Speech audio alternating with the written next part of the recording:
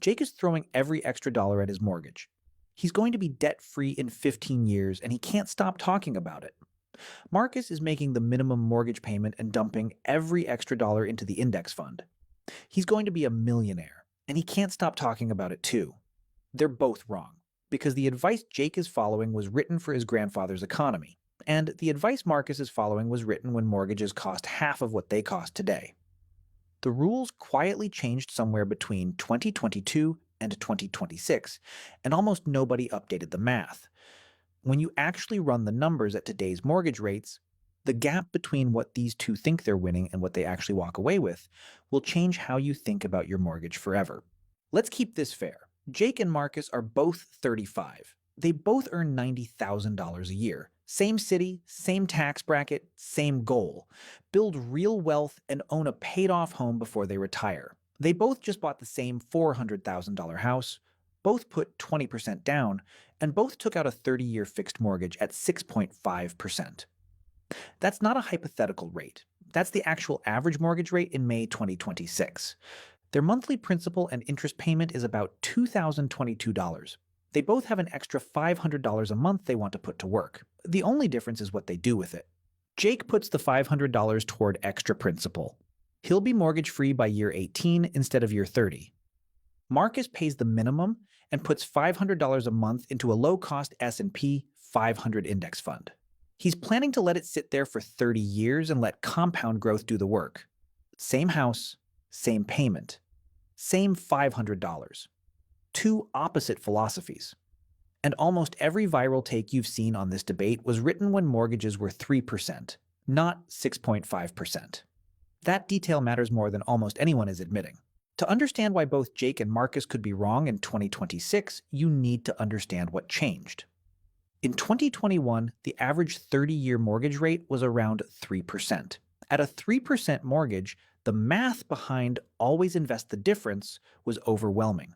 The historical average return of the S&P 500 is about 10% before inflation. That's a 7 percentage point spread between what your mortgage cost and what your investments could earn. Over 30 years, that spread compounds into hundreds of thousands of dollars. At 3%, the answer wasn't even close. Invest every time. But it's not 2021 anymore. As of May 2026, the average 30-year fixed mortgage rate is sitting at 6.5%, and most experts don't see it dropping below 6% anytime soon. That's the new baseline, and it changes the math completely. When your mortgage costs 6.5% and a realistic after-tax stock market return is closer to 7%, that 7 percentage point spread from 2021 collapses to less than 1 percentage point.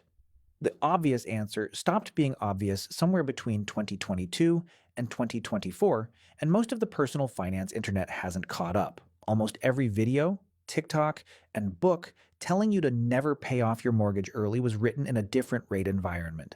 Anyone giving you that advice today without acknowledging what changed is either out of date or not running the numbers. Year 1 to 5. For the first few years, Jake looks like he's playing it safe. His coworkers tell him he's leaving money on the table.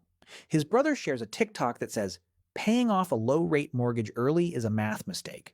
But Jake's mortgage isn't low rate. It's 6.5%, and every extra $500 he sends to his lender wipes out future interest at a guaranteed 6.5% return. That's the part nobody on TikTok is telling him. A guaranteed 6.5% return is not a small number in 2026. High-yield savings accounts pay around 4%. Treasury bonds pay around 4.5%. The stock market is volatile and uncertain. A 6.5% guaranteed, risk-free, tax-free return is genuinely competitive in a way it simply wasn't 5 years ago. By year 3, Jake's mortgage balance has dropped about $20,000 more than schedule. By year 5, he's killed roughly $38,000 in future interest payments. Money the bank was going to extract from him over the life of the loan, gone. Marcus, meanwhile, is investing $500 a month. Year 1 was solid. Year 2 was rough. The market dropped 15%. Year 3 rebounded.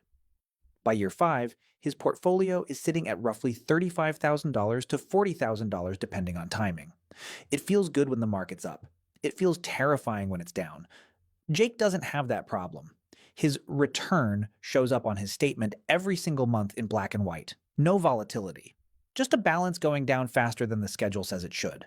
On every emotional scoreboard, Jake is winning. And in 2026, he might actually be winning on the math scoreboard too.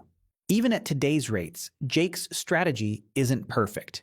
If I only showed you the upside of mortgage prepayment, I'd be doing what every debt-free influencer does. Mortgage debt is still one of the cheapest forms of debt a regular person can access. Credit cards charge 24%. Personal loans charge 12%. Auto loans charge 8%. A 6.5% mortgage is the lowest cost borrowing in Jake's entire financial life. If he ever needs to borrow for anything else, he's paying a much higher rate than the one he just rushed to pay off. Every dollar Jake sends to the bank is a dollar locked inside his house. Home equity is real wealth, but it's not accessible wealth. He can't pay a hospital bill with his foundation. To get that money back out, he has to sell or apply for a HELOC. HELOCs in 2026 are running at 8% to 9%, well above his original mortgage rate. There's also the mortgage interest deduction. If Jake itemizes, his effective rate drops from 6.5% to closer to 5%. Every extra payment is killing interest he was going to deduct anyway. Inflation is also helping anyone with a fixed-rate mortgage. Jake's payment is locked at $2,022 for 30 years. Inflation will make that payment feel smaller in real terms. Paying off early means giving up the chance to repay with cheaper future dollars. And the big one, but every dollar Jake puts toward his mortgage is a dollar he didn't put somewhere else. If Jake skipped his employer's 401k match to throw extra money at his mortgage, that's a 100% guaranteed return he gave up to chase a 6.5% one. That's not strategy. That's a structural mistake regardless of the rate environment. This is where the 2026 rate environment does the most damage to Marcus's strategy. The just invest the difference argument depends on one thing: a wide, durable spread between what your mortgage costs and what your investments earn. That spread used to be enormous. It's not anymore. At a 3% mortgage and a 10% market return, the spread was 7 percentage points. Overwhelming. At a 6.5% mortgage and a realistic 7% after-tax return, the spread shrinks to less than half a point. Add sequence of returns risk, taxes on capital gains, and the fact that 10% is an average, not a guarantee.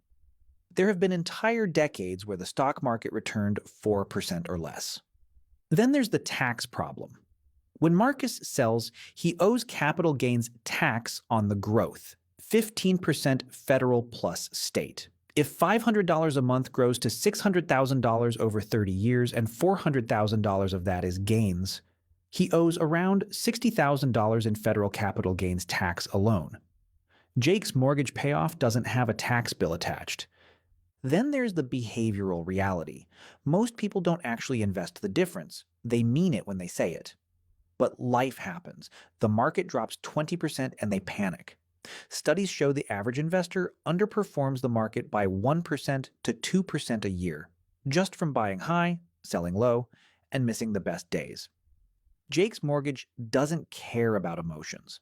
And the part that scares financial planners the most, a mortgage payment is a guaranteed monthly expense.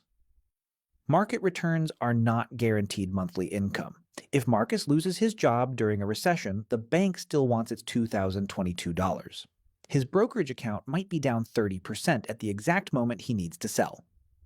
Jake, sprinting toward a paid-off house, is reducing his fixed expenses every year. Marcus is not. The just invest the difference advice was correct at 3%. At 6.5%, it's a much closer call than the internet wants to admit. Year 5 to 20. By year 10, Jake has paid down his mortgage by about $90,000 more than schedule. His remaining balance is around $208,000 instead of $260,000. His home equity is around $250,000.